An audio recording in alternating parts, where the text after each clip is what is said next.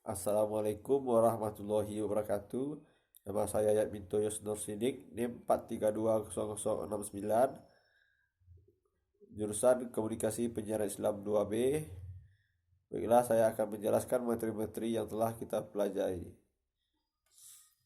Kelompok 2 tentang dakwah sebelum Islam, dakwah masa Khulafaur Rasyidin, kekhalifahan, dan dakwah pada masa modern. Dakwah sebelum Islam. Rasul bertugas memanggil, menyeru, dan mengajak manusia untuk beriman kepada Allah dan menjalankan syariat agamanya. Dakwah sudah mulai pada zaman Nabi sebelum Islam. Allah mengirimkan Rasul kepada umat manusia dan menyampaikan agama Islam sebagai agama yang benar, yang memperbaiki akhlak serta akidah umat-umat terdahulu pada zamannya. Dakwah pada masa kekhalifahan Abu Bakar As-Siddiq, orang yang pertama menyambut dakwah Rasulullah untuk memeluk Islam. Setiap kali Rasulullah menyebut nama Abu Bakar, maka dia akan menyatakan penghormatan yang tinggi. Rasulullah sering kali mengungkapkan Abu Bakar secara spontan atas menerima Islam tanpa ragu-ragu. Yang kedua, Umar bin Khattab mengikuti jejak pendahulunya. Begitu dikukuhkan sebagai khalifah yang kedua, dia terus naik mimbar masjid dan berpidato. Kepada mereka yang hadir, dia menyatakan antara lain bahwa bangsa Arab ibarat seekor unta yang ditarik dengan gelang pada hidungnya. Kemanapun ditarik, ia akan ikut. Umar bin Khattab adalah suatu kemenangan. Hijrahnya adalah suatu rahmat. Demikianlah sebuah riwayat Asri Abdullah bin Mas'ud dengan riwayat ini mengisyaratkan betapa besar pengaruh Umar terhadap perkembangan dakwah Islam. Yang ketiga, Utsman bin Affan. Utsman bin Affan juga termasuk salah seorang di antara al-sabiquna al-awwalun.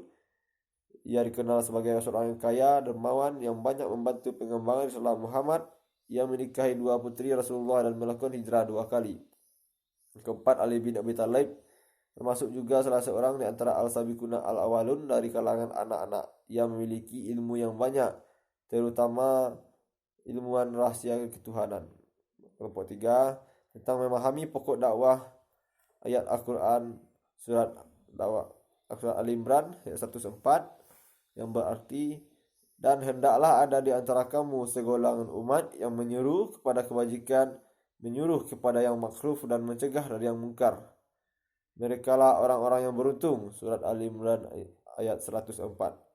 Untuk mencapai maksud tersebut, perlu adanya golongan umat Islam yang bergerak dalam bidang dakwah, yang selalu memberi peringatan bila mana tampak gejala-gejala perpecahan dan penyelewengan. Karena itu, pada ayat ini diperintahkan agar di antara umat Islam segolongan umat yang terlatih di bidang dakwah dengan tegas menyerukan kepada kebajikan, menyuruh kepada yang makruf, dan mencegah dari yang mungkar.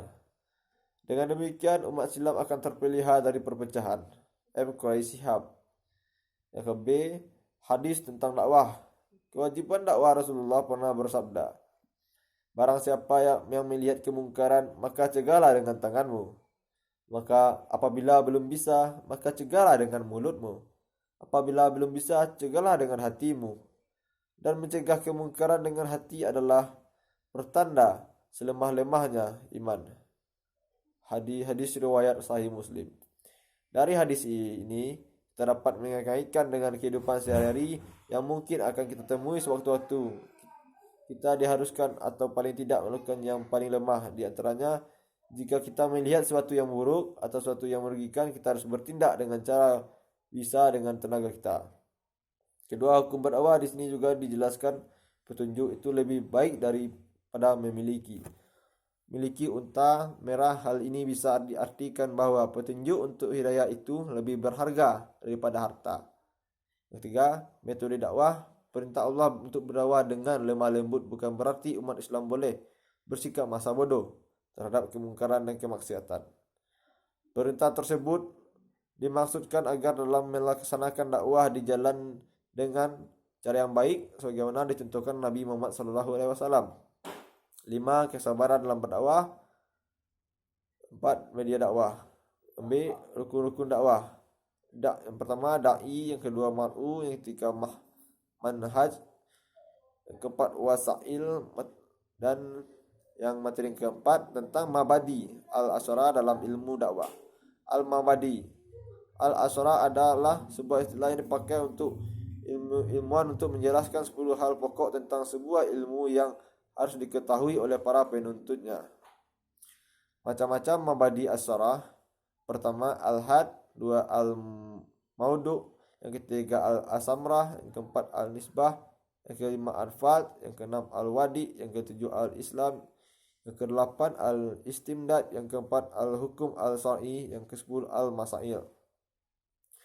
Materi kelompok 5 tentang pengertian manahij ada yang kelima tentang pengertian manahij ad-dakwah. Strategi dakwah dan masjid. Pengertian strategi dakwah adalah perencanaan yang berisi rangkaian kegiatan yang didesain untuk mencapai tujuan dakwah tertentu. Macam-macam strategi dakwah. Pertama, strategi sentimental, yang kedua strategi rasional, yang ketiga strategi indrawi. Yang ketiga, macam-macam dakwah. Dakwah bin al-lisan, melalui lisan dakwah. Yang kedua, dakwah bin al-hal, perbuatan nyata. Yang C, dakwah bil al-qalam, melalui tulisan. Dan yang keenam, tentang uslub dakwah.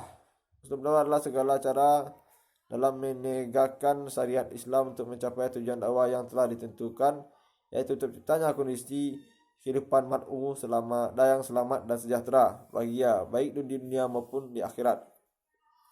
Macam-macam dari uslub.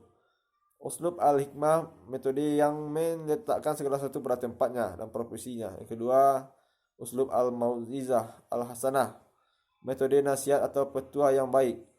Uslub mujadi al-qudwah hasanah, metode dakwah dengan keteladanan yang baik.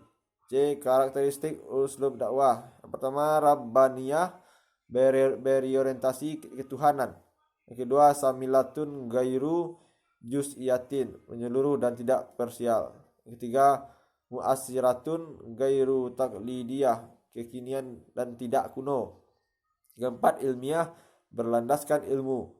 Yang kelima, mahaliyatun wa alamiyatun, lokal dan global. Itulah materi yang dapat saya jelaskan. Lebih terkurang saya minta maaf. Assalamualaikum warahmatullahi wabarakatuh.